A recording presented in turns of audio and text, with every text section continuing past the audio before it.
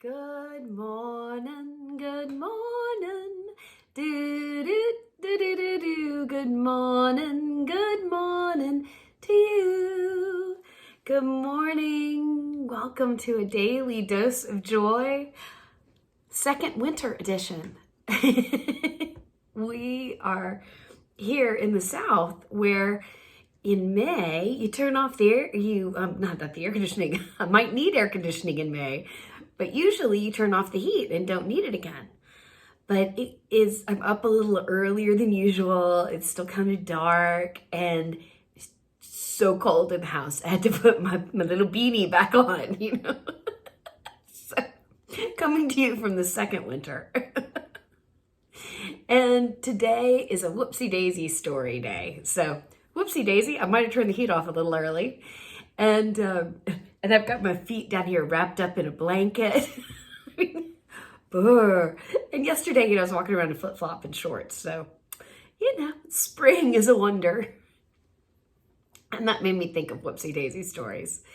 And I thought today we'd do some parenting Whoopsie Daisy stories. I've had some wonderful times with my family lately. And some old stories came up that I thought were kind of fun to share with y'all.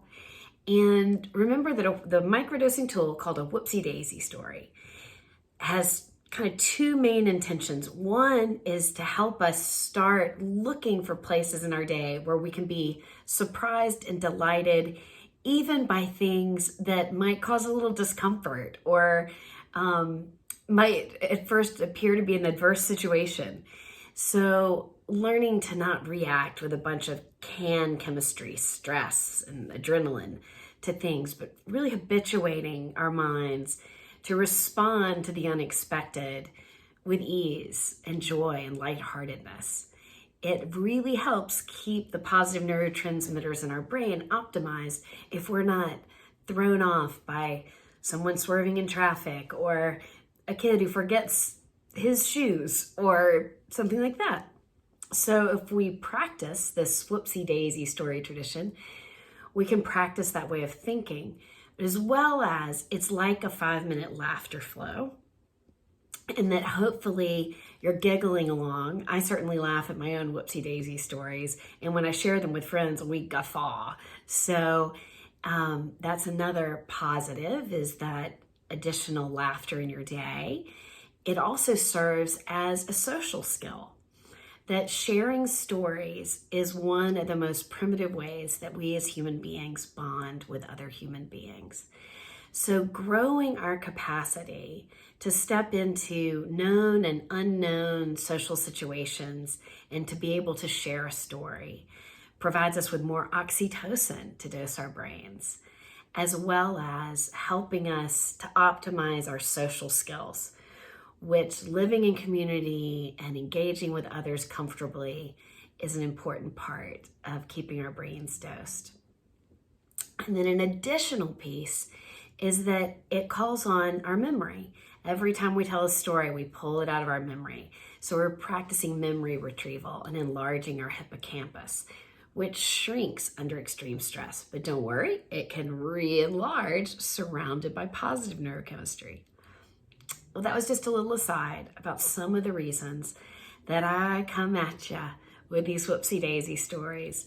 And hopefully your mirror neurons are picking up on the feeling when you're listening to me, as well as just kind of modeling a different way to be operating through your day. And then if you get on the microdosing line, you can test out trying them out in a warm, supportive community. Okay. And you can even tell mine. Feel free to retell friends' stories. Pass them along. And so today, I thought I would tell two Whoopsie Daisy stories that are about parenting. And the first one, I'm telling a tale of my parents, which I hope is going to be okay. But my mom and dad had 3 kids and had 2 of us very close together, and then a little Whoopsie Daisy baby that came a little bit after.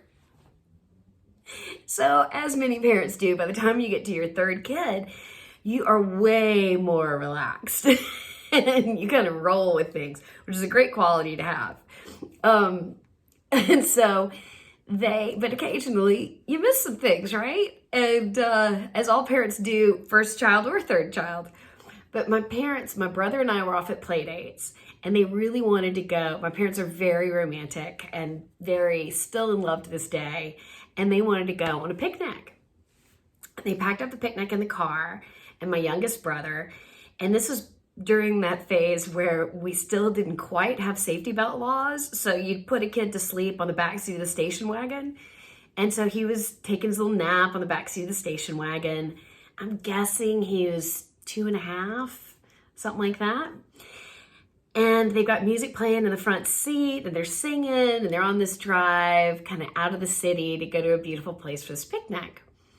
And at some point, my mom hears moving around in the back seat and turns around to find my brother has gone into the picnic basket, gotten out a twist top beer bottle, and is like halfway into the Bud Light before she realized what's going on, or Corona, or whatever it was they had packed on this picnic. And so they were like, oh my gosh, my baby. And at first mom was worried, and they just debated, like, do we need to go back home? What do we do? But this was their third kid. They decided to roll with it, and they went on their picnic. And they always laugh about it. It was one of the best picnics they had when they had 3 young children, because he slept for the entire day. They check on him periodically, but he was pretty much contented to sleep under a tree on their picnic. It was like, whoopsie daisy.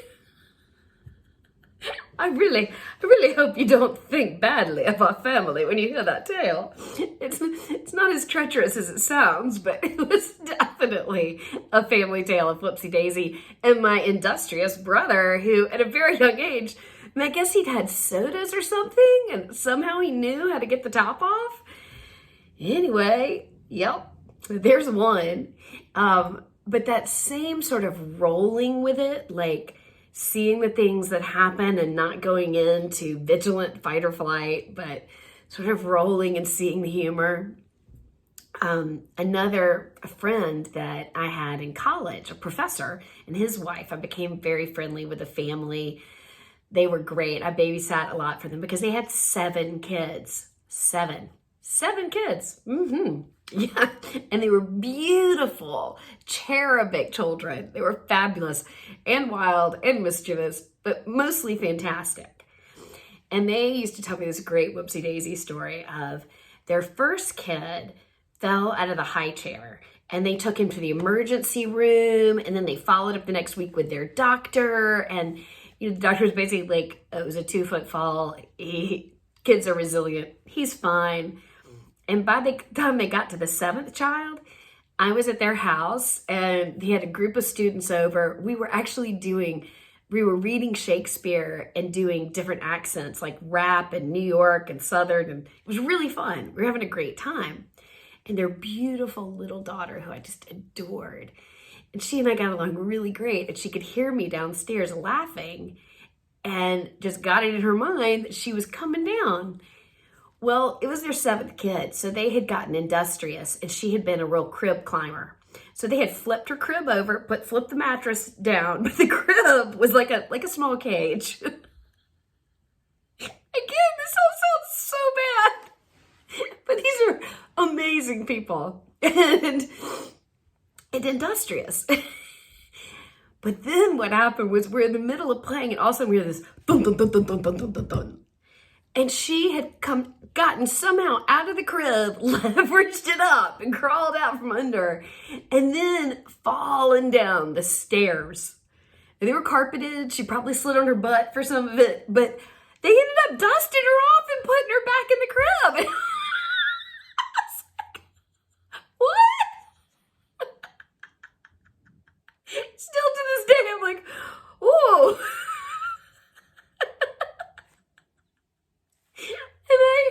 And I was the only one who was like, oh, but I knew a couple of little EMT things. I'd gotten some training in, and I was like checking her eyes, they're equal, and they're dilating appropriately. And yeah, just put her back to bed. It's like, whoopsie daisy. Things happen. Dun, dun, dun, dun, dun, dun, dun, dun. So hopefully these stories are particularly comforting to those of you who are parents, because we all have some whoopsie daisies. And sometimes those are the ones where you legitimately think, oh, you should be upset and vigilant and worried. But then when you see it from the 10,000 foot view, like the eagle's eye view, it's like, all right, still an opportunity to hold something lightly. Let's see if I want to. I'll share one last little one. This one's because I feel like I've got to tell one on myself. So when my son was little, we were getting all dressed up to go to my parents' house for Easter. And so my son loved to run around barefoot. Like, he's like very tough-footed. And so am I. It's part of being down at the farm. You like to run around barefoot. You run around on all sorts of gravel and pine straw, and you just, it's fun. But I'm like, oh, we're dressing up for Easter. So I grab his shoes. And we get to my family's house, and my cousins are there, and everybody's milling around. And I'm in the car trying to put his shoes on. And he hadn't worn the shoes in so long that I didn't realize he had completely outgrown them. Because these were sort of nicer shoes. He had worn some other shoes, but not these. I mean, there was zero chance his feet were going to fit in there. And so he's wearing like a nice little outfit, like a button-down shirt to get like a 3-year-old into a button-down shirt. I mean, it was with no food stains. It was cherry, except he had no shoes. It was like, whoopsie daisy. And it was a kind of chilly day. Easter can sometimes still be chilly. And it was just like, whoopsie daisy, we're going to the family event barefooted because that's what we got. I'm like, oh well. Yeah. Let's take 3 solidarity breaths together for taking this opportunity to model for our brains, choosing joy, choosing to focus our lens on the funny and on the bright.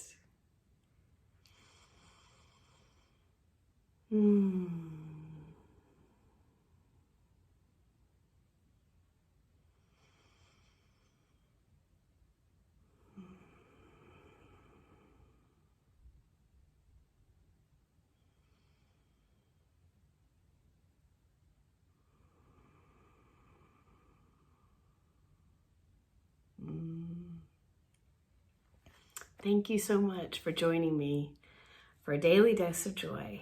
May today surprise and delight us. And I look forward to seeing y'all tomorrow. Bye.